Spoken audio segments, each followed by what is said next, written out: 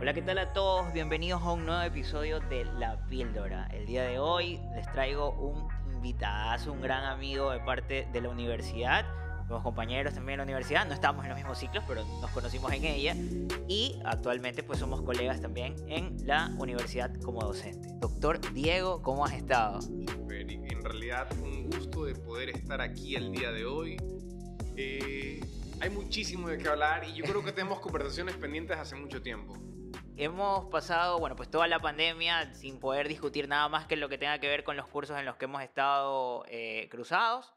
Y, y bueno, pues creo que hay bastantes cosas que ha traído ahora la presencialidad con parte como relación a la universidad como tal. Tú, por ejemplo, ahora ya estás en presenciales nuevamente. Y yo creo que esto se trata de la vida, volver poco a poco a la presencialidad, y hay muchas cosas que han surgido últimamente. O sea, definitivamente hay mucha tela por cortar y a mí me agrada hablar siempre con gente. Yo te digo, un tipo académico como tú, un tipo inteligente como tú, es fácil que las conversaciones fluyan. Y sí, bueno, ha dado que, bueno, pues ya tengo algún tiempo grabando podcast y la verdad es que este formato me ha gustado mucho porque fuera de que normalmente las personas que tú conoces, que tú puedes quedarte largo y tendido porque hay muchísimos temas pendientes, podría servir ese aporte a otras personas, porque hay muchas personas que les gusta aprender también de ese tipo de conversaciones. Entonces por eso he creado este formato de médicos donde pueden discutir sobre diferentes temas, no solamente específicamente algo con relación a su profesión, que también lo he presentado, sino también vincularnos como a otros temas, como por ejemplo el último interesante que saqué fue yoga, que me parecía ¿Yoda o yoga? yoga. Ah, ya. para, También Yoda, para el Baby tema. Yoda de Grogu es muy interesante. Y entonces, bueno, te conversaba de la presencialidad porque te vi que estabas emocionadísimo de que ya regresabas. Bueno, es que ha sido también frustrante para los docentes como para los estudiantes el haber estado 2 años y algo más de virtualidad. Entonces, ¿tú qué opinas ahora? Por ahí vi una publicación tuya del Cookie Juárez. Tiemblen porque volví. Sabes que es extraño, definitivamente. Y yo sí he ido un par de veces a la universidad a lo largo de esta pandemia. Bueno, y la primera vez que fui fue sensación, eh, regocijo hasta cierto punto, pero triste por otro lado. La primera vez que fui había estaban solamente los guardias, me di una vuelta, no sé por qué razón, no me acuerdo ahorita. Y lo primero que hice cuando vi a los chicos del laboratorio fue, o a los guardias, le dije, ¡qué gusto, estás vivo! Había gente que no estaba, Sí, había sí, gente que sí, no la sí. hizo. Bastantes personas hay que han pasado su luto y que uno ya regresa y no los ha Y no encontrado. las encuestas. Y simplemente un día no fui. Como ese meme tan triste que te dicen un día te fuiste sin saber que iba a ser la última vez que ibas a ver. Mm. Ya, lo mismo, como eso te dicen en San Pedro y sí, o sea, con las universidades un día nos fuimos y no sabíamos que iba a ser el último día y no regresamos hasta después de 19 meses. El otro día me lo topé a Guayamae por primera vez y él estaba feliz, hasta me tomó una foto. Claro, no es que se extraña porque el ambiente y la vida que se genera social, ¿no? en la universidad es algo que uno sí llega a extrañar. Hay muchísimas Por personas supuesto. interesantes con las que te topas todo el tiempo, principalmente también los estudiantes, pues Y lógico. fuera, en los pasillos, no solamente en Ujú. las aulas, o sea, el conocimiento de estas conversaciones interesantes que comentábamos contigo hace un momento, lo enriquecedor de las clases no solamente está en lo cuadriculado de los 60 minutos o de las 2 horas, Ujú. sino está en estas conversaciones casuales que se dan en los pasillos o que te das mientras, yo qué sé, la gente que se fuma un cigarrillo afuera están hablando, un poco más distendidos. Y esa distensión te da para fluir muchísimo más, que no te lo da lo cuadriculado de una clase virtual. Sí, es impresionante cómo existe una gran conexión en la presencialidad. Eso lo conversábamos también hace un momento. Que, bueno, tuvimos una introducción, vamos a ser abiertos en el tema. En honor a la Sí, verdad. tuvimos una introducción espectacular porque, bueno, teníamos tanto tiempo que no nos veíamos, que conversamos largo y tendido sobre las cosas que extrañábamos de ser docentes, principalmente con la virtualidad, pero hubo un error técnico, estoy probando equipos nuevos, entonces resulta que tuvimos que volver a grabar. Entonces estamos retomando como que ahora un extracto de todo lo que conversamos. Pero ¿Ves? salen cosas nuevas. La palabra de distendido sonó mejor, sonó mejor. Sonó mejor, la parte de Sí, sí. distendido. Es verdad. Pero bueno, yo creo que eso es algo que no podía quedarse en el olvido de la grabación anterior. Y es el hecho de que la virtualidad por una barrera, ¿no? Más allá de la pantalla, que ocasiona también muchísima gracia, que también lo conversábamos en algunas cosas. La gente en la pantalla, La gente de la nariz para arriba. de la nariz para arriba o de la nariz para abajo. Y pedirle a alguien que te prenda la cámara es como pedirle sangre, o sea, como que le están pidiendo un riñón, o sea, le prendes la cámara y uno ve cosas, otra cosa que no dijimos antes, pero oye, qué divertido las cosas que uno veía en pandemia con las cámaras. Es impresionante. Es Toda la gente en impresionante. calzoncillos que hemos visto, Sí. todos los perros, las gallinas, las familiares, a mí me mataba de risa. Oye, yo tuve una experiencia paranormal. Yo también doy clases en Ecotec. ¿Ya? Y en Ecotec en nivelación un día tuve una experiencia paranormal, loco. Estamos así como estamos hablando, yo estaba obviamente en mi casa Ajá. y estaba hablando con una chica que estaba en clase, le estaba preguntando algo y de repente yo veo que atrás de ella se asoma una señora. ¿Ya? La señora estaba ahí, como que te estoy viendo a ti atrás tuyo. Y yo estaba hablando y la chica estaba hablando un tema, no me acuerdo qué era. Y yo veía a la señora y escuchaba y me reía. Digo, mándale un saludo a su abuelita, porque ya de repente se fue la señora. Y la chica me dice, ¿qué abuelita? No. No. No te creo Todo el nada. mundo la vio, todo el resto de estudiantes la vieron. Y todo el mundo, sí, allá atrás había una señora, allá atrás había una señora. Y ella como que, mi abuelita no está aquí. No te creo nada. Está grabado, yo lo tengo grabado, por ahí está, voy a buscarlo y te lo voy a mandar. Qué heavy esa noche. O sea, Se yo- puso pálida la Yo he Tal vez tenido está jugando una broma al estudiante. experiencias paranormales, no, y estaba con el hermano, también estaba ahí al lado, y ella le pregunta, oye, ¿tú has visto algo? No, aquí no hay nadie. Y de repente la chica dice que empezó a escuchar cosas en la sala, y yo tuve experiencias paranormales. Qué heavy. No, es que la cámara está ahí puesta, loco. No, o sea, ahí está pasando. No, qué heavy. No. Yo sí me he puesto así como que... Yo empecé a estar así como el chavo, a presionarme con la izquierda, ¿sí? Y al revés.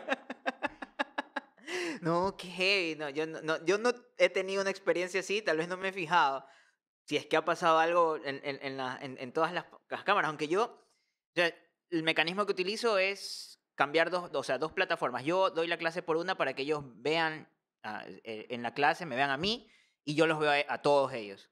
A mí me parece, en el primer semestre que tuve, existía bastante esta distracción por verle la cara a toditos los compañeros en una sola. Sí, sí, Que pues. no es natural. En la clase todo el mundo está viendo al frente y le ve la cabeza al compañero, pero de espalda. No es como que le está Le viendo ves los el pelo, gestos. le ves la Ajá. pelada. Los que se están quedando pelados. Me incluyo, el otro día decía, ¿viste ese meme de Goku? Dice, todos queríamos ser como Goku cuando éramos pequeños. Y Y luego está así, Sí, las entradas. pasa. Pero bueno, yo hoy día estaba conversando con un amigo de que no he heredado las entradas de mi amigo es calvo. Y me decía, cállate, no seas sinvergüenza. Yo tengo pelo y ya mismo se me conecta con la ceja. Yo espero que me empiece a quedar calvo a los 50, no sé. El look de Bruce Willis, hermano, es así de sencillo. Yo creo que sí. Pero creo que hay que estar pepudo para vacilar ese look. Estoy working on it. Sí, Voy para allá, voy para allá. yo creo que es lo que corresponde. Pero bueno, sí, hablando de la virtualidad, existía esta barrera. Hay cosas o cosas, pero conversábamos que no existía esta conexión con el estudiante que tú bien lo dices en los pasillos, en los momentos en los que todo el mundo salía y siempre había un estudiante que se te acercaba a algo que no, tal vez él no quería pararse en la clase y hacer la pregunta en la clase, sino que quería algo porque él ha leído una cosa particular y no sé. O Hay, puede ser que no se te ocurra en ese momento, o sea, por los nervios de Ujú. la clase puede ser que simplemente se te fue y te acuerdas cuando saliste de clase y puedes conversar con el profesor, yo qué sé, en ese lapso en el que sale del aula y se va a su carro. Y eso se da, esas conversaciones son sumamente enriquecedoras, o sea, oye, los grandes descubrimientos, o sea, las grandes charlas, no es que se dan en un aula de clase generalmente, Ajá. se dan en estos lugares pequeños, en un encuentro con un café, cuando la gente se fuma un cigarrillo o cuando se están comiendo algo de la manera más imprevista. Y eso no contempla la educación en línea. Yo creo que es algo que la gente todavía no se da cuenta. Este momento que existe cuando tú cierras el momento de cátedra y estás abierto como cualquier humano, o sea, un humano es el que da la cátedra, pero el momento en el que tú empiezas la explicación, tú generas un ambiente en la clase donde todo el mundo se conecta con eso. ¿Ya? Y luego generas, si tú das una clase, puede generar una inspiración en algún estudiante que regularmente se presenta con un acercamiento en cualquier otro momento con respecto a una curiosidad de su futuro. Por ejemplo, un estudiante que dice, ¿sabes qué, doctor? A mí me gustaría hacer cirugía intrauterina. ¿Qué tengo que hacer? ¿Qué debería leer? ¿Qué debería Entonces, ese tipo de cosas no están en el índice de la cátedra. Son cosas que tú podrías inclusive desarrollar con él. Es el típico estudiante con el que tú dices, ¿sabes qué? Escribamos algo. Hagamos algo juntos. A ver, yo creo que cada uno de nosotros, como docentes que somos, hemos ido cogiendo cosas de otras partes que nos han gustado, de docentes que para nosotros han sido emblemáticos, y vamos replicándolo en nuestra manera de ser, aunque sea involuntario. O sea, yo por lo menos trato de coger cierto tipo de cosas de gente que ha tocado mi parte intelectual de una manera impresionante.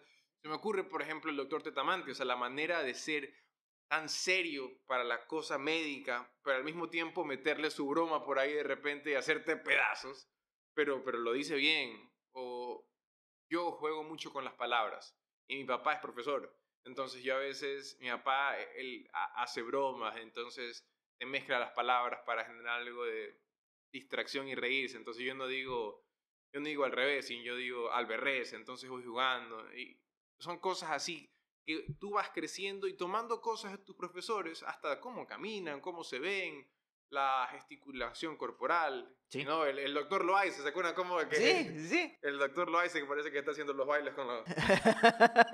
Saludos, doctor Y Loaiza. saludos también, doctor Tetamanti. Sí, eso es algo que le decía el otro día. Yo no sé si tuviste que yo hace poco subí, bueno, pues eso fue en mi cuenta personal, subí un video donde estaba mandando un voice note y estaba poniendo imágenes de todo lo que le está diciendo. Ese voice note era para Jores, saludos para Andrés Nieto, donde le estaba contando cosas que yo había considerado inspiradoras cada 10 años. Y entonces yo le decía que a mí algo que me transformó a mí en profesor fue haber sido inspirado por otros profesores en momento de la cátedra. O sea, yo también tengo personas que a mí me golpearon intelectualmente y que me generaron wow, yo quisiera poder llegarle a los estudiantes de esta forma. Y uno coge lo mejor de cada uno de los docentes y luego lo mezcla y trata de poner su parte también. Tu parte, definitivamente, vas Sí. poniendo tu parte. Y eso es nuevo, o sea, nosotros nos paramos en los hombros de gigantes. Ajá. A lo largo de la historia siempre nos vamos a basar en lo que han hecho los anteriores. O sea, no está mal. Utilizamos el conocimiento de otros para pararnos y avanzar un escalón más. Y eso es lo que se trata de hacer. Sí, como humanidad deberíamos hacerlo. Y regresando a la presencialidad, mira, hoy día estábamos hablando acerca de... Primera clase creo que hablamos algo acerca de sangre. Y yo les toco el tema, por ejemplo, del intersticio y el espacio intersticial. Porque diciendo, ¿sabe qué? A ver, la sangre no toca los tejidos, lo que toca es el líquido intersticial. Pero ¿cómo explicas el líquido intersticial? Entonces, es un fenómeno bastante ambiguo, porque en algunos tejidos hay más tejido líquido intersticial, otros no tanto. Entonces yo los tenía parados unos al lado de otro. Le digo, ok, todos ustedes son células. El espacio entre cada uno de ustedes es el intersticio. Hay células que están más pegadas, hay otras que están más distendidas. Entonces yo me pasaba alrededor de todos ellos. Y mira, yo soy en este momento una partícula de oxígeno que salió y atraviesa el intersticio y te toca a ti. Pero las células nunca entran en contacto directamente con la sangre, sino con el intersticio. El hecho de la presencialidad y el hecho de yo poder moverme Total. me permite ese tipo de cosas que no se pueden dar en la virtualidad. Ahora, para la virtualidad yo tendría que utilizar muchos recursos tecnológicos más. Eso es algo que hemos aprendido todos. Eso es lo que hay que sacar. O sea, en pandemia nosotros hicimos un power-up de tecnología al 300% que no lo Era había... necesario Sí, también. era necesario. Era necesario. Había docentes que, y bueno, yo también me incluyo, que yo no estaba explotando todo de lo que podía sacar para mi cátedra. Y con la virtualidad yo creí necesario porque ya ese tipo de gesticulaciones como las que tú haces, utilizar momentos y espacios y el espacio físico como tal, ya no es suficiente. Entonces tienes que buscar, qué sé yo, imágenes en 3D o algo para poderlo ejemplificar. Completamente. Yo utilizo un atlas en 3D y utilizo realidad aumentada desde mi teléfono. Bueno, tú ya lo usabas antes de la Yo lo usaba virtualidad. Y yo sí me considero brujo en esas vainas. ¿Ah? No, yo sí me acuerdo que tú, una de las cosas que le encantaba a los estudiantes era que tú utilizas la tecnología, que en nuestro momento fue Landívar quien nos inspiraba Sí, también sí, en sí, ello. sí, A mí, al menos, a mí me parecía increíble la manera en cómo siempre trataba de aportar meterle un poquito más. más, meterle un poco más. Y yo sí he sido medio brujo para esas cosas. Lastimosamente me ha adelantado a lo que va a suceder y el problema, por ejemplo, los reactivos biológicos ahorita en la universidad, o sea, el hecho de que nos falten cadáveres, yo ya me anticipé esa vaina hace unos 4 años, le dije, esta vaina se va a poner complicada. Y sucedió, lastimosamente sucedió. ¿Se va a solucionar? Sí, pero por suerte se pudieron tomar medidas, Claro. previniendo, utilizando la tecnología y bueno, vamos para adelante. Pero brujo a nivel doctora Benítez, que ya se ponía mascarilla antes de No, la tampoco, pandemia. tampoco. Simplemente una buena visión del futuro, analizar los datos y a la final me iría bien invirtiendo en la bolsa, pero no, quién sabe, quién sabe. Bueno, sí, ha sido una mezcla de un montón de sentimientos y sensaciones el hecho de que se regrese a la presencialidad. Yo te soy sincero, también te lo dije en la anterior, yo no considero que mi cátedra requiera una presencialidad como tal. Pero crecimos muchísimo con esto que tú me dices, porque hay materias que, bueno, no se necesita lo físico, que a la final es la universidad en su momento va a ahorrar plata. Es que ahora la universidad se ha dado cuenta que existe o sea, hay una manera de potenciar el tiempo para el estudiante al transformar ciertas materias de manera virtual que realmente no requerían una presencialidad. O sea, el estudiante, si acomodas el horario, o sea, en este caso ellos están en un piloto, pero si acomodaran el horario de manera que hayan días virtuales y días presenciales, el estudiante tendría muchísimo más tiempo. Eso es algo que es una ventaja. Es complicada medicina por la flexibilidad de los horarios que tienen los profesores, pero Claro, claro, lógico. Pero es que también nosotros no lo vemos por el hecho de, bueno, es algo que ya tendría que haber cambiado de estudiante, pero hay algunas materias que son parecidas a las optativas, que no es optativa como tal, sino materias como lenguaje, materias como que son de que no quiero, no quiero usar el término, pero son materias que realmente no requerían una presencialidad. ¿Ya? no. Entonces que ahora Siguen sin requerirla. puedes acumularlas, puedes acumularlas. Ni la presencialidad, ni la presencia, ni nada. Hay materias que en serio que son complicadas de tragar, pero sí, es la realidad, o sea, es una ventaja Sabes que no es problema de la materia, a veces es el docente. también en algunos casos. El otro día hablaba con un amigo y él da clases, es un español, y él me dice, bueno, y es que él me dice, no, y aquí yo de metodología de la investigación, automáticamente mi reflejo involuntario fue decir, guácala. Pero guácala, hermano, sorry, me vino del alma. Pero sí, o sea, la manera en la cual a nosotros nos enseñaron metodología de la investigación fue epidemiología, fue antinatura, por no decir menos. Sí, hay materias que en serio se nota el contraste dentro de los docentes.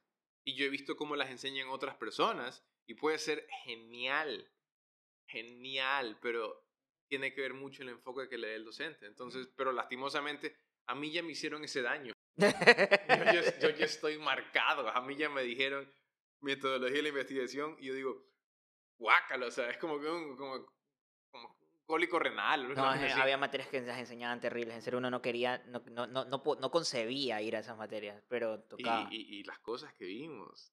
¿Tú te acuerdas de...? No, mejor no hablar de eso. Claro, no.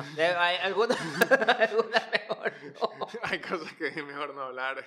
Hay millón cosas de nuestra época que el hecho de tal vez ciclos tan bajos, ¿no? Como que no, que era época BlackBerry, el lugar de cámara tan fácil y todo, y Snapchat y todo, que ya o sea, todavía no estaba en ese momento, facilitó que sucedieran algunas cosas sin hacerle daño a esas personas, ¿no?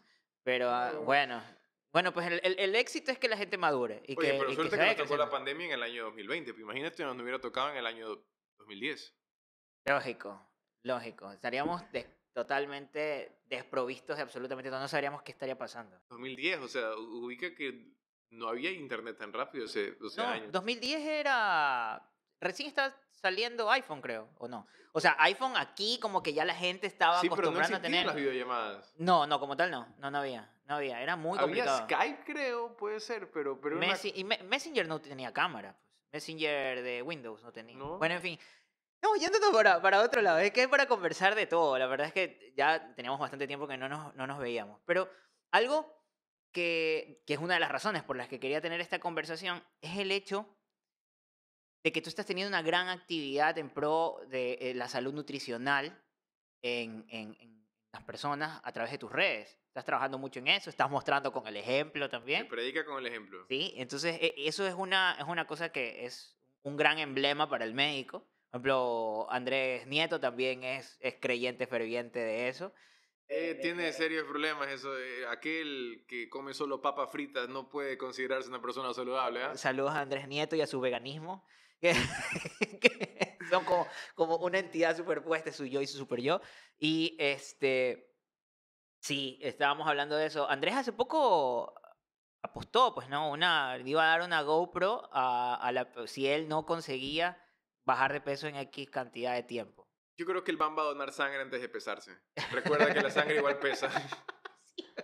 Va a orinar y va a donar sangre. No, pero sí está bajando de peso, está haciendo ejercicio, No sé qué rutina está haciendo, no sé qué es lo que está haciendo. Sasha Fitness. Sé que todo. come full papa, eso sí. Full papa. Pero cada vez que está aquí se sorprende, y yo también me he quedado sorprendido cuando él ha venido y vemos todos mis productos tienen leche. Entonces sí es como que está bien. Tal vez no. Por ahí, unas rosquitas, el otro día me sorprendí, porque saqué unas roscas. Le digo, ¿y será que te puedo brindar unas roscas? Porque no tenía que brindarle. Agua. Ya al final terminó tomando agua, porque el man coge la rosca y digo, bueno, sí. Y yo le digo, ¿y sabes qué? Revísate en los ingredientes de esas rosquitas porque puede ser que tengan leche. Y el man dice, no puede ser, que ahora le pongan leche hasta el talco. Dice, Oye, la droga te la mezclan con leche en polvo para hacer más cantidad. ¿Qué? Así que aquellas personas que son veganas y consumen cocaína, cuidado con lo que se está metiendo por la nariz. La cortan. ¿No has visto narcos que cogen, te mezclan la droga pura, te la mezclan con leche en polvo, con cal, para hacer más volumen? Bueno, pero es que una imagen así de... No me imagino a Nieto reclamando. Pero bueno, sí, entonces... Hace poco, bueno, la semana pasada fue que tuvimos la conversación por Instagram, Sí. donde estábamos conversando acerca de la desnutrición. Más que de la desnutrición, estábamos hablando sobre tal vez el papel del Estado con respecto al mecanismo que utiliza para buscar una salud nutricional eficiente en el país. O sea, aquí nosotros somos el segundo país de Latinoamérica con niños menores de 2 años con desnutrición crónica infantil. También somos uno de los países que tiene los índices, la prevalencia más alta de la región de obesidad y sobrepeso. Es increíble. El 60% de del país tiene o sobrepeso u obesidad. Eso, en primera impresión, se traduce en que las personas no es que no tienen que comer, Sino que no saben no comer. saben comer. No saben comer. Exacto. Y el que se debe encargar de eso, una persona que estudia para eso, y es el nutricionista.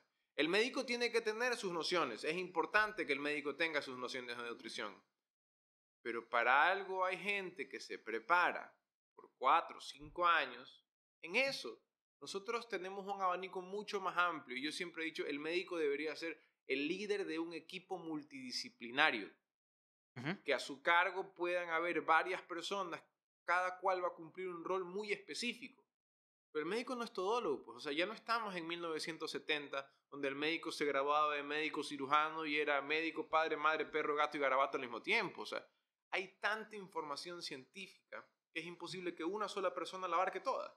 Y pasa con la nutrición y pasa con la medicina. O sea, no podemos recargar tanto al médico y tenemos que darle funciones al nutricionista. Tiene que estar ahí, tiene que estar en el campo, tiene que combatir. Si queremos combatir la desnutrición y la obesidad, ¿qué mejor hacerlo que los nutricionistas? Por supuesto. Y es que recae la responsabilidad en el Estado, porque las personas que están menos educadas en lo que tienen que comer son pacientes que llegan al Ministerio de Salud Pública, Sí. o por último el IES, que ya hay bastantes personas que están tal vez en el mismo ambiente social, que tienen el seguro social, tal vez por seguro campesino, porque está confirmado, o sea, era 3 de cada 10 niños en los sectores de la costa tienen algún tipo de alteración nutricional. Pero esto es mucho mayor en sectores rurales y principalmente en la sierra. En la Sierra Central. Ajá. Entonces, ¿qué te dice esto? Este tipo de pacientes son pacientes que normalmente tienen seguro campesino o acuden a un Ministerio de ministerio. Salud Pública. Y conversábamos que nos parecía impresionante que no todos los centros de salud de primer nivel, centros de salud tipo A, B, no tienen la facilidad de un nutricionista en el centro, sino que los tienen los centros de salud tipo C, que tú bien decías, regularmente son centros de referencia. Sé que sigue siendo primer nivel o inclusive en segundo nivel en los hospitales de referencia. Entonces, eso es un error. Eso es un error. A ver, yo sé que si es que yo pongo un nutricionista, perdón, no justifico o no puedo asegurar que si yo pongo un nutricionista en cada puesto de salud o cada centro de salud, todo el mundo vaya a asistir. Pero a las finales, si pongo, algunos van a ir. Ujú. Hay personas que sí les nace como que conocer. Si yo en una consulta le digo a una persona que sí se preocupa por su estado y le digo, usted es diabético, usted es hipertenso, usted debería poder manejar mejor su dieta, aquí hay un nutricionista, saque consulta con él. O sea, ya el paciente va a tener en su cabeza, ok, voy a preguntar al Y menos lo puedo cómo hacer, está en el consigo. consultorio de al lado. Ajá, entonces, porque los centros de salud tipo A y B no son gigantes, entonces van a tener esa facilidad de preguntarle así a la persona de información cómo hace para sacar una consulta de nutrición. Pero si no lo tienen, es mucho más complejo porque quiere decir que en el momento en que yo doy ese mensaje, le tengo que preguntar, ¿le parece si le hago una referencia a nutrición? ¿Le voy a hacer una referencia a Y nutrición? quién sabe cuándo te Cuando toque le cita. saque. Entonces, ¿y cuándo vaya a tener que ir? Recién. Entonces él dice, no, doctor, yo solamente para llegar aquí me demoro tanto tiempo. Imagínese esperar y venir acá a preguntar si es que ya tengo la consulta y me digan que no y otra vez volver. Entonces ya, Mira, yo escuchaba el otro día a un amigo nuestro, Eduardo Erdoiza, que él trabaja ahorita en el Estado. Erdosia. Erdocia, perdón. Que trabaja en el Secretaría de Nutrición Infantil, me parece que se llama. No, Eduardo Erdosia, saludos a Eduardo, que también es un amigo de la universidad. Eduardo está actualmente como, me parece que es un subsecretario, es Subsecretario. subsecretario de vocería de la presidencia. O sea, es como que está vinculado a, me parece que es llevar a la comunidad información sobre los proyectos y los planes que está actuando la presidencia. Entre ellos la desnutrición Pero infantil. está bastante enfocado. Yo lo he visto que la mayoría de intervenciones que está haciendo, principalmente, por ejemplo, está en Guamote, que es un lugar donde Sierra Central. tiene que atacarse. Ajá, está en Guamote y ha hecho actividades para trabajar en pro de la lucha contra la desnutrición infantil.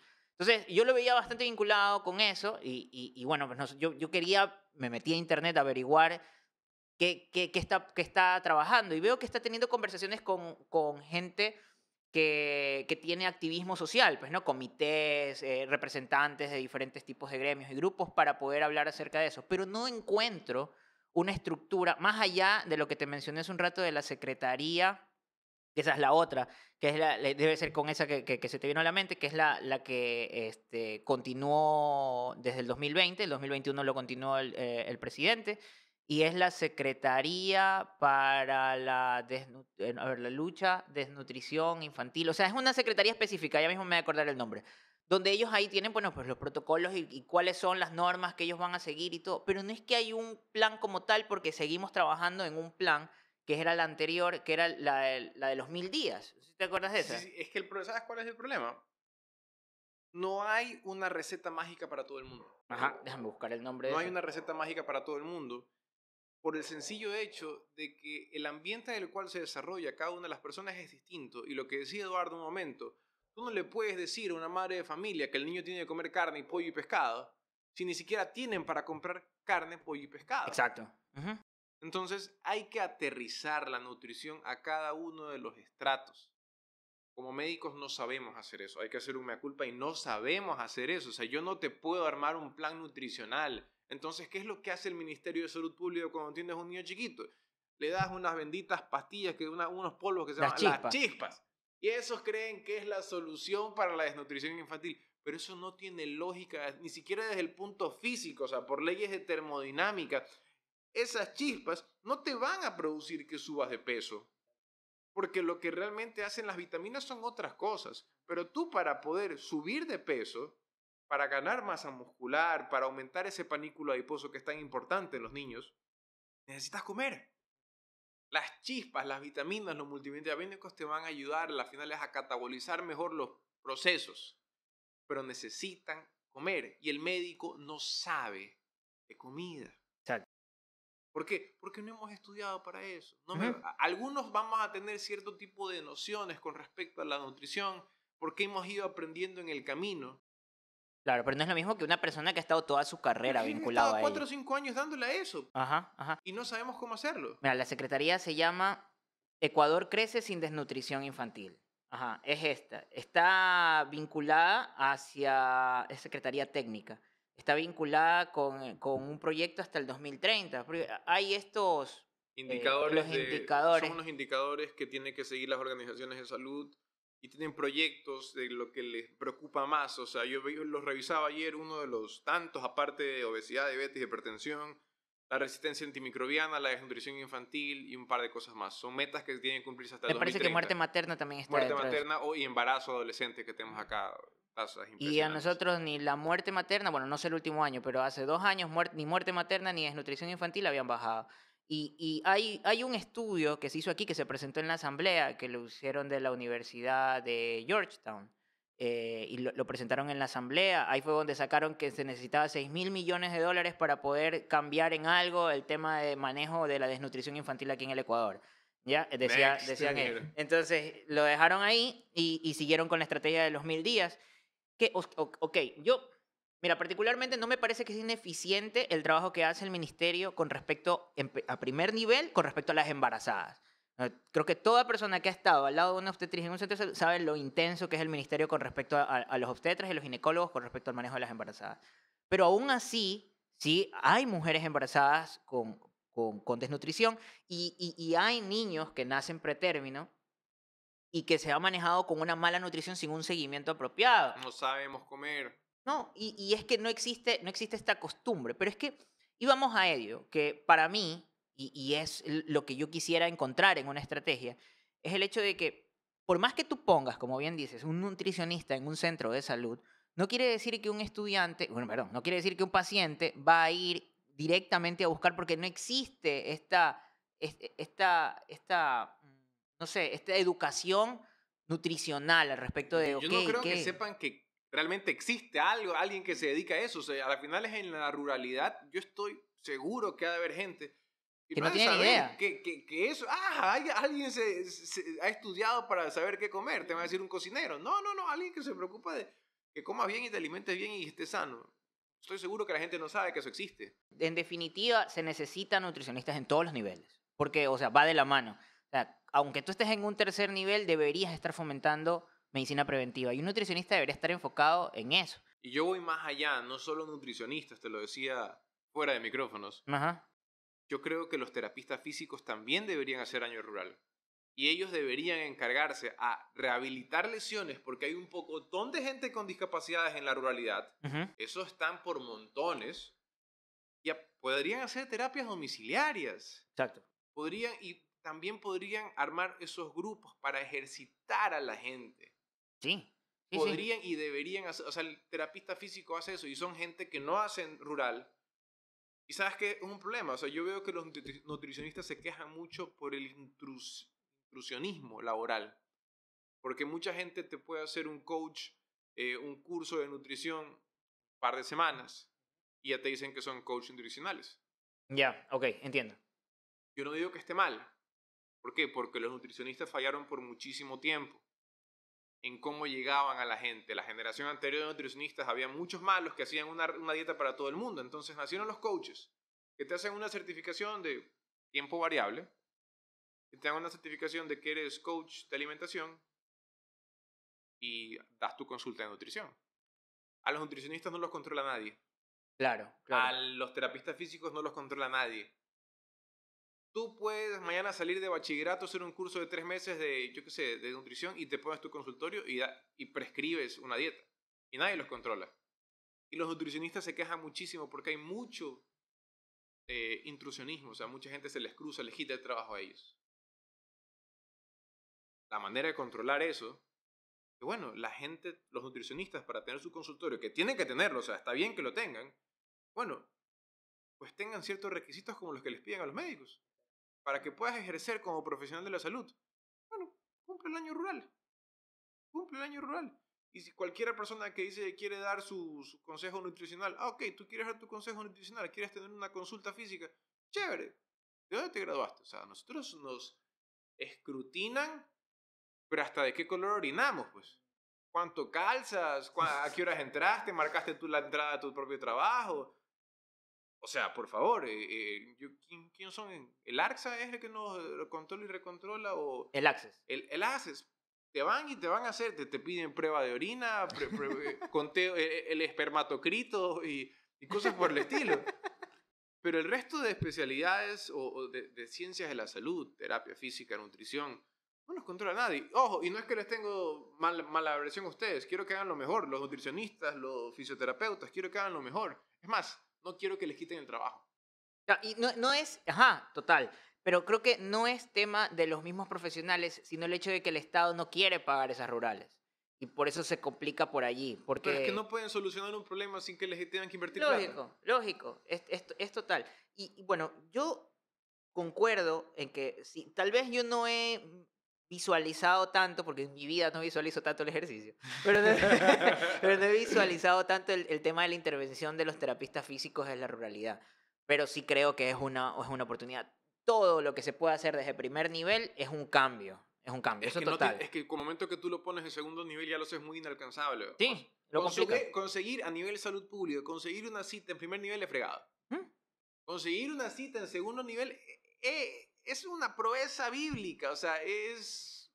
Muy complejo. Rézale a alguna deidad, a un par de deidades, o sea, Jesucristo, Buda, yo qué sé, al Dalai Lama, y a ver cuál te da, cuál te la da. Bien complicado. Es bien complicado. Entonces Sí. imagínate, o sea, lo hacemos tan lejano, se hace tan poco accesible. Entonces, ¿de qué te quejas? Yo soy más de la idea de que se debería aprovechar todas estas, ¿cómo es que se llamaban estas salas situacionales? No sé si tú fuiste director de tu centro. No, gracias Pero, a Dios. yo tampoco, pero bueno, pues con el distrito yo aprendí que existen estas salas, bueno, también en la rural, pero un poco, la sala situacional, donde tenías marcado dónde estaba el hipertenso, dónde estaba el diabético, en qué Pero para calle. eso pon una brocha mejor, Pero para, diabético, hipertenso, pinta todo. pero lo que me fastidia es que la mayoría de estas salas situacionales eran nada más para las supervisiones. Y realmente no tenían un precepto más allá de decirle tal vez al rural, mira, ve, aquí vive tal persona con discapacidad, porque ellos también los tenían marcados, anda, visítalo. O andas la ficha de todas las personas que están acá. Yo creería que lo óptimo sería que estos nutricionistas ahora, o sea, si pudiesen hacer la ruralidad o que estén dentro de un primer nivel, tengan la posibilidad de actuar a nivel En campo. territorial, Sí, en sí, campo. definitivamente. O sea, donde yo digo, ¿por qué razón hay más hipertensos aquí y acá? Ellos deberían ir al lugar y decir, ok, primero, darse una vuelta por los mercados del lugar, Ujú. analizar qué presupuesto cuenta la familia para poder gastar en alimentación. Y en base a eso, a lo que hay disponible y al billete que tienes para comprar, ok, ustedes van a poder comprar esto, y van a comer esto, y van a poder cocinarlo de esta manera para que se alimenten bien. Eso debería ser el nutricionista rural que no existe al día de hoy. Sí, ajá. Pero cosa que me dices con la sala situacional. A las finales contigo también era una pancarta donde ibas poniendo alfileres. Claro, era eso, o sea... Pero eso me parece, a mí personalmente, me parece otra vez retrógrado. Es como el profesor que te manda a hacer el papelógrafo. Sí, total. Yo que hice la rural, que hace unos 3 años, puede ser, tirando números, 6, 7 años, no estoy seguro. Yo en esa época ya marcaba las casas en mi teléfono, Claro, en Google los Maps. Ajá. Iba marcando y les compartía a la directora de mi centro de salud y se los compartía. Pero ella, así, veía. Era una cuestión mirando al infinito y estoy seguro que esa información se perdió. Y esas fichas domiciliarias que hacíamos, eso iba para el año viejo, al final de año, creo. Están ahí banqueadas, no No sirve para nada. O sea, tienes que nadie haber las una leía. conversión de la tecnología. O sea, por favor, Ministerio de Salud, una aplicación para armar la ficha domiciliaria, un Google Forms para armar una ficha domiciliaria, que se alimente directamente en una base de datos centralizada y puedes tener Se toda la acabó. información. Yo no, me parece que trataron o implementaron con Médico del Barrio, que no sé al final qué pasó con eso que le estaban dando tanta caña, ellos tenían una cuestión de georreferencia. Pero Ha de no era... haber sido un aparato gigantesco que costaba $10,000 y se perdieron. No, yo no sé cómo, creo que también trabajaban con el teléfono, pero no era nada amigable el manejarlo, ¿sí? No era nada que una persona totalmente nueva llegara y como que sea sencillo, quiero buscar a tal persona donde vive, cómo me lleve, o sea, no es. Entonces sí creo que deberíamos buscar estrategias de ese tipo. No sé si Eduardo las está promocionando, porque, o No sea, lo sé. Eduardo entonces está moviéndose bastante en eso, pero no sé exactamente qué es lo que se está promoviendo. No sé si se está promoviendo esto de Ecuador crece sin desnutrición infantil. Recuerdo, lo último que recuerdo acerca de promoción de la salud, donde se estaba trabajando el tema nutricional, que me parecía algo interesante, es la intervención que estaban haciendo como Ministerio de Salud Pública a los restaurantes. Pero no era una intervención como tal, era tratar de convencer a los dueños de restaurantes que apliquen tal vez alguna actividad, no actividad, sino como tratar de influir a la gente de que utilice tal vez menos sal, que utilice menos dentro de la comida, por ejemplo, retirar esto de la mayonesa y la salsa de tomate de las mesas con el ají, que son cosas interesantes, pero eso no va No al soluciona los punto del problemas macros problema. que Ajá, o tenemos sea, aquí. la desnutrición infantil no es un tema de personas que van a restaurantes. ¿No? Y es que, ¿sabes qué? Lastimosamente, esa es la burbuja que accede a los medios o a las redes de conocimiento, de información. O sea, claro, nosotros estamos hablando de eso porque tenemos acceso a eso. Claro, Pero el grueso del problema no está aquí, está en la ruralidad. Y esa gente, ¿qué le va a interesar si te ponen sal, pimienta o salsa de tomate? claro. Pero lo más probable es que no hayan ido a un restaurante. Entonces, por ahí no va la cosa. El problema, yo creo que hay mucha tela por cortar ahí en el Ministerio de Salud Pública y nosotros, yo con lo poco que he visto, tú has visto más a nivel distrital, yo creo que se ahoga en un vaso de agua con trámites burocráticos absurdos. No, es terrible. Poder llegar a una consulta nutricional es bien complicado. Para algunas personas eh, ya lo dejan de lado porque normalmente cuando buscan esa consulta es porque están complicados con otra enfermedad que también requiere un Que le segundo o mandaron, o tercer sea, nivel claro. y están meses esperando esa Es consulta. el nefrópata que le dicen tienes que ir al nutricionista. Pero Entonces él ya te está fregaste. loco por buscar al nefrólogo acá y está meses quedándose con con el médico internista y no pasar de ahí. Entonces, sucede bastante y sí es un poco como que atarse de manos, pero es que si se quiere hablar de políticas públicas, porque o sea, se necesita resolver el problema desde una política pública que lo intervenga de manera integral, que sea una cosa transversal total y vertical también, porque o sea, es todos los niveles los que requiere una acción para que no haya, porque o sea, no puedes esperar. Hace poco vi en el Universo que decía una noticia de que Ecuador es uno de los países de Latinoamérica con más baja estatura de Latinoamérica. Nutrición, Y, de ¿y de qué nutrición. crees que es eso? Y ¿Qué tú vamos a dices? seguir siendo y tal vez vamos a ser más bajitos después, porque seguimos teniendo estos índices de desnutrición ahora que se representan no solamente en temas de tal vez diabetes o hipertensión después, o la baja estatura, la falta de crecimiento, sino que también representa un problema escolar para el niño. Oye, eso que no se forma cuando eres pelado no se formó nunca. Exacto, total.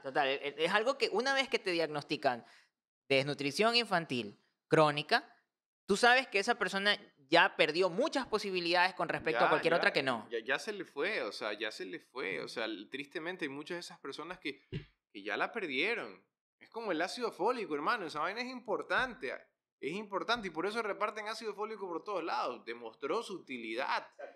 Si no lo tomas, ya te fregaste. Es lo mismo acá. O sea, niños que han sufrido de nutrición crónica por periodos indeterminados de tiempo. Luego te preguntas por qué hay personas adultas que simplemente no tienen esas capacidades cognitivas. Nosotros tuvimos la suerte de vivir en un entorno privilegiado en el cual, ojo, yo no es que soy multimillonario, mi familia no es multimillonaria, son clase media, pero tuvieron la precaución de alimentarme bien y toda la vaina. Entonces, otra vez, yo no me considero ninguna lumbrera, yo soy un tipo común y corriente, pero creo que tengo algo de sentido común y yo sé que eso se debe a que, bueno, cuando era pelado estaba bien alimentado. Hay gente que no la alimentaron cuando era pelada y tú te preguntas por qué cuando son adultos no les da las capacidades abstractas, o sea, no pueden entender cierto tipo de cosas. Es que esa parte del cerebro no se desarrolló y punto. Ya cerraron la fábrica, apaga las luces y se acabó. Sí, es doloroso, y afecta, y nos afecta a todos como sociedad, porque si no tenemos una sociedad que esté al 100% de sus capacidades, pues aparecen ese montón de cosas que a veces uno ve y dice, ¿por qué razón pasa esto? Y te sorprendes a veces de la manera en cómo interactúa o qué piensan algunas personas, tal vez no solamente con cuestiones de criterio, sino para la resolución de problemas. y puede estar vinculado con ello. Es algo que es importante. O sea, si queremos crecer como país, como nación, tenemos que preocuparnos por los niños que van a ser las generaciones del futuro, que tienen que tener todas las posibilidades para poder estar en óptimas condiciones en el futuro. Y tener una competencia sana, o sea, porque si no es esta brecha que se habla todo el tiempo entre que se separan mucho más las brechas entre las clases, va a seguir aumentando, Sí. va a seguir aumentando, y si siguen hablando de desigualdades, sí, pues no está haciendo nada el Estado, pero o sea, hay políticos que se matan hablando de que somos un país muy desigual y no sé cuánto, ya, pero solucionan lo primero, lo básico, alimentación. La gente necesita comer para desarrollarse bien. O sea, es que más allá de, inclusive antes de desarrollarse y crecer bien, para que no les dé una diarrea y se mueran. Oye, a nivel, los datos que te muestran a nivel Latinoamérica, también África subsahariana, las primeras causas de muerte todavía infantiles siguen siendo las deshidrataciones. Oye, una buena diarrea te puede matar. Y la gente no lo entiende. Claro, nosotros somos grandes y fuertes. Una vez tuve 24 diarreas en un día, pero yo peso 90 kilos, yo aguanto. Pero un pelado que te pesa 10 kilos, que está desnutrido, haga 5 o 6 diarreas, ya perdió la mitad de su peso, pues. Ya hizo un desbalance hidroelectrolítico. Y de ahí a que el corazón haga cric cric, no es mucho. En cambio, un niño que está más nutrido tiene para aguantar. Tiene para aguantar un par de diarreas más hasta que lo llevas al hospital. Yo creo que, bueno, pues desde el Estado, principalmente el Ministerio de Salud Pública, tal vez Promoción de la Salud, y definitivamente esta Secretaría Técnica que está con el compromiso de mejorar estos índices que han estado paupérrimos. O sea, en algún momento, no sé si en la presidencia de Correa o de Lenin, eso te lo comentaba, desde el MIES habían tratado de decir buenas noticias a partir de malas, diciendo que los valores desde los últimos 20 años han bajado en desnutrición crónica infantil. Mínimo, pues, o sea, obviamente que han bajado, pero siguen estando estamos en En un segundo segundo lugar. lugar. Entonces le digo, o sea, pues no puedes sacar una noticia positiva de un estudio donde dice que Ecuador tiene un problema serio de nutrición infantil que tiene que trabajarse desde todas sus perspectivas y necesita 6.000 millones de dólares para resolverlo. O sea, es inaudito. O sea. Eso es como la gente que te dice que en los lugares que autorizan el aborto, las cifras de abortos han aumentado 300%, por supuesto, pues antes no había aborto, pues. Entonces la gente te dice, no, es que desde que legalizaron el aborto legal, ha aumentado 300 veces el aborto legal. Claro, antes de esa fecha no había aborto legal, todo era ilegal.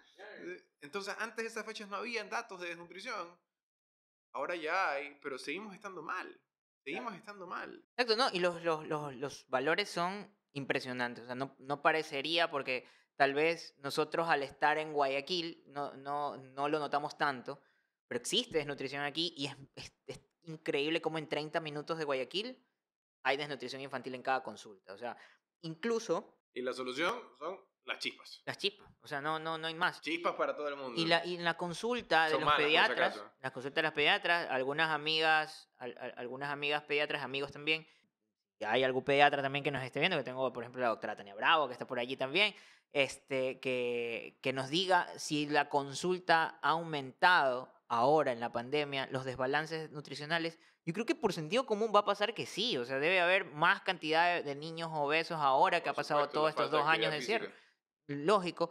Y tal vez también en sectores donde, de clases sociales bajas, donde van a tener una posibilidad económica donde trabajaban del día a día y estuvieron limitados, de ley van a haber niños que no pudieron comer todos los días y también han de haber tenido un desbalance y aparte con el terror de no querer salir, porque eso pasaba bastante también. Hubo casos que se empeoraron por no quiero encontrarme con el COVID en el centro de salud, no quiero encontrarme con el COVID en el hospital y no voy, y ese niño se quedó encerrado allí por esa decisión. Ahí entramos a las vacunaciones, que no se vacunaron tanto de pelados y había desabastecimiento de vacunas. Pero bueno, esa es otra historia.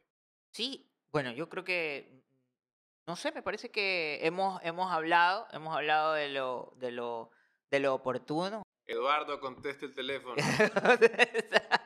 Contesta el teléfono, sería bueno que nos des información al respecto. Estás invitado, si es que a lo mejor quieres también socializar al respecto de lo que se está trabajando en ese sentido, que veo que estás muy, muy preocupado por ello y te felicito porque en serio creo yo que eso y las muertes maternas, hay otros temas, lógicamente, pero eso y la muerte materna es una cosa que debería trabajarse integral. Yo creo que en muerte materna el ministerio o sea, siguen habiendo, pero no es que nos debe así porque yo lo conozco desde muy de cerca que hacen un gran Pero esfuerzo mira, para los evitarlo. obstetras están en salud rural.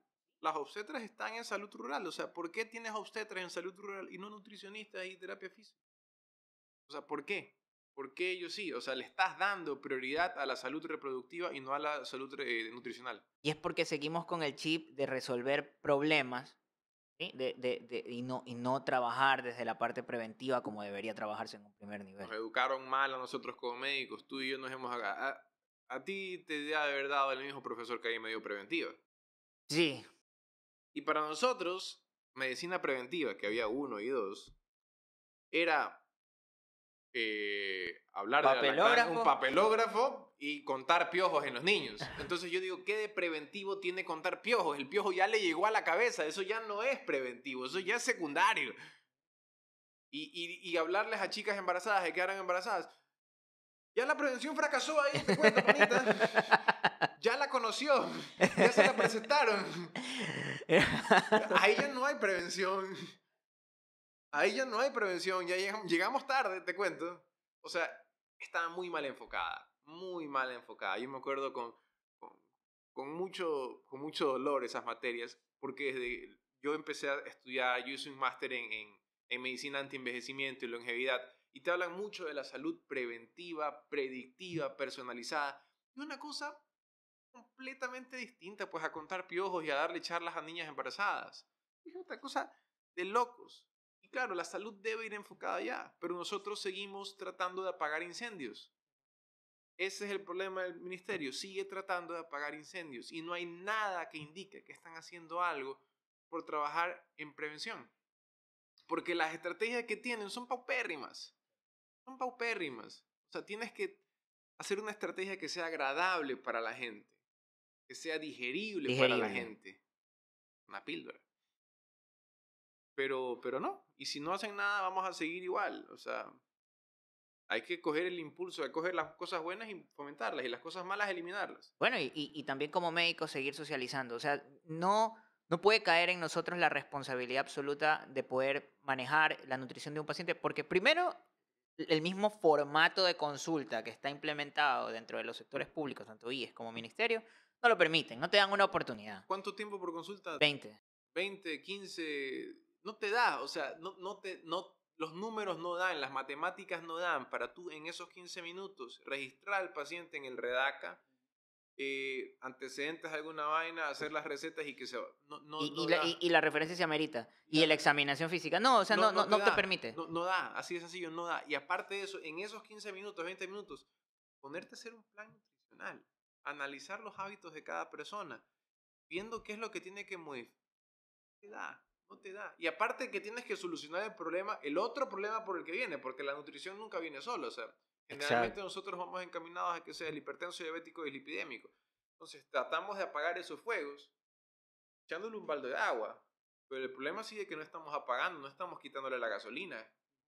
No estamos quitándole la gasolina extra, que por otro lado están que le echen, que le echen, que le echen. Clave, los nutricionistas en primer nivel, de manera integral, y que trabajen de la mano con estos TAPS, los técnicos de atención primaria de salud, que Es que los conocen TAPS el territorio. es que, a ver, tú lo viste acá en distrito, ¿qué distrito eras tú? El 7, ahora es 8 también. Pero aquí hay gente, pues. Aquí Claro. hay gente. Yo cuando hice mi salud rural... En Santa Lucía cuando yo hice mi rural en Santa Lucía, habían 2 TAPS. Yo no tenía TAPS. Yo no tenía TAPS. Y mi territorio eran 24,000 personas. No, es una barbaridad. Éramos 5 médicos para 24,000 personas. O sea, era imposible abarcar toda esa cantidad de territorio. Era imposible. No había TAPS. Había una obstetra, dos obstetras, 2 odontólogos, 5 médicos, 24,000 personas. No te dan los números. Un lado. No te dan los números. Así de sencillo. Bueno, Diego, ha sido un gustazo. Gustazo. Creo que se ha podido hablar. ¿Sabes que a mí me gusta esta vaina? Y esto es el nuevo formato de la radio. Esto es Ajá. he estado un par de veces en radio y también te permite fluir. A mí me gusta. También he estado un par de veces en televisión y espero estar pronto en televisión. Y me encanta fluir. Y los médicos somos ¿sabes qué? Los médicos somos comunicadores. Sí. El médico debe ser un comunicador per se. Nosotros somos comunicadores. ¿Por qué? No, que me da vergüenza. No. Porque el médico, bueno, ya, si haces imágenes o patología, chato, te quedas por ahí Sí. en tu cuarto oscuro. Está bien, o sea, chato, si no te gusta la gente, imágenes y patología y no vuelves a ver un ente. Te entiendo, juegas PlayStation y te pones a analizar placas. Chévere. Pero el resto de la sociedad médica somos comunicadores. Para mí es un crimen, y yo les digo a mis estudiantes, aquella persona que le hable en lenguaje técnico a su paciente es un idiota. O sea, tú tienes que tener la capacidad como médico de traducir ese lenguaje técnico y expresarlo de manera digerible. Y poderle explicar. Explicarle las cosas a tu paciente para que no salga más complicado de lo que entró. Entonces tú vas a una consulta, te salen hablando con lenguaje técnico y... Uy, entré por una cosa. No, y eso le ayuda incluso hasta seguir con la evolución de su enfermedad y tratar de resolverla porque cuando tú le explicas a tu paciente va y le explica al especialista cuando lo ve, pues le dice, a ver, lo que me pasó es esto, y yo entendí que lo que había pasado es asado, entonces y que si mi corazón está funcionando. Se funcionando. lo puede explicar a alguien más, Ajá. que tenga un problema así, otra persona se puede involucrar. Ah, mira, esto es lo mismo que me pasa a mí, entonces también puedo el mismo médico. Pero somos comunicadores. Somos comunicadores. Las generaciones de médicos anteriores, disculpen si ofendo a alguno de la vieja guardia, fallaron mucho en eso, porque se apoyaron mucho sobre la farmacología. Porque el boom de la farmacología desde el año 1950 hasta 70 años después que estamos aquí, todo ha sido fármaco. O sea, salen los primeros antibióticos, se popularizan en la Segunda Guerra Mundial, todo el mundo toma antibióticos, tenemos 70 años, ya se nos acabaron los antibióticos por las resistencias, todo el mundo los da, porque es mucho más fácil escribir 2 palabras, mandar una receta, que realmente escuchar al paciente. Yo creo que ahora es el momento de empezar a trabajar un poco más. Ahora, ya que existe al menos esta conciencia, ¿no? Que están haciendo, que se está aprendiendo cada vez más con respecto a mi propósito y al cuidado de mí, porque ahora veo que hay más personas que están preocupadas en qué es lo que comen y qué no. Que algunas personas se han ido a un extremo, otras personas como que están más conscientes de, wow, o sea, en serio, esto me está haciendo daño. Poder aprovechar esa conciencia y seguirle inculcando porque es positivo. El preocuparse por uno mismo es lo... Y eso es lo que está llevando ahora a que la salud mental ya no sea tan tabú y me agrada. Y por eso es que cada vez que yo puedo lo hinco porque hay que hacerlo. Lastimosamente, salud mental es otro de las problemáticas a 2030. Yo estaba revisando las métricas y es uno de los problemas que se ve que se vienen a 2030. Está Por ejemplo, dentro de la programación. Sí, del 2000 al 2020, las métricas te decían... En el 2000 era muy preocupante lo del VIH. Así. El VIH era súper preocupante. Cayó de manera impresionante. ¿Por qué? Por todos los antirretrovirales y toda la promoción que se le hizo al VIH. Yo me acuerdo cuando era pelado, todo el mundo... Todos sabían que era VIH. Todo el mundo sabía que era VIH. Todo el mundo tenía claro. Y por eso ha disminuido. VIH ya no está entre las... Creo que antes era la 4ª causa de muerte en un momento, por el año 2000 o algo por el estilo. Estaba en el número 7, 8, digamos. Ahora ya está en el número 19 o 20 y pico como causa de muerte. Entonces, ha mejorado muchísimo. Y está bien, o sea... Yo he tenido algunos pacientes que son VIH cero positivos que tú puedes llevar una vida normal siendo cero positivo. Bueno, yo creo que nos quedamos con una conversación pendiente todavía. Podemos yo creo seguir que hay conversando. bastante para conversar después. Sí, lo vamos a conversar, vamos a tener otro espacio. Me da mucho gusto que te hayas dado el tiempo, Diego. Ya sabes que también estamos abiertos. Cualquier cosa que podamos conversar, algún tema que tú quieras, lo conversamos. Y bueno, pues a seguir dándole por esos estudiantes para que también sigan promoviendo salud desde ya. O sea, no necesitas llegar a ser médico para promover salud. O sea. Exactamente, ellos van a empezar con las cosas que nosotros les explicamos, van a replicarlas.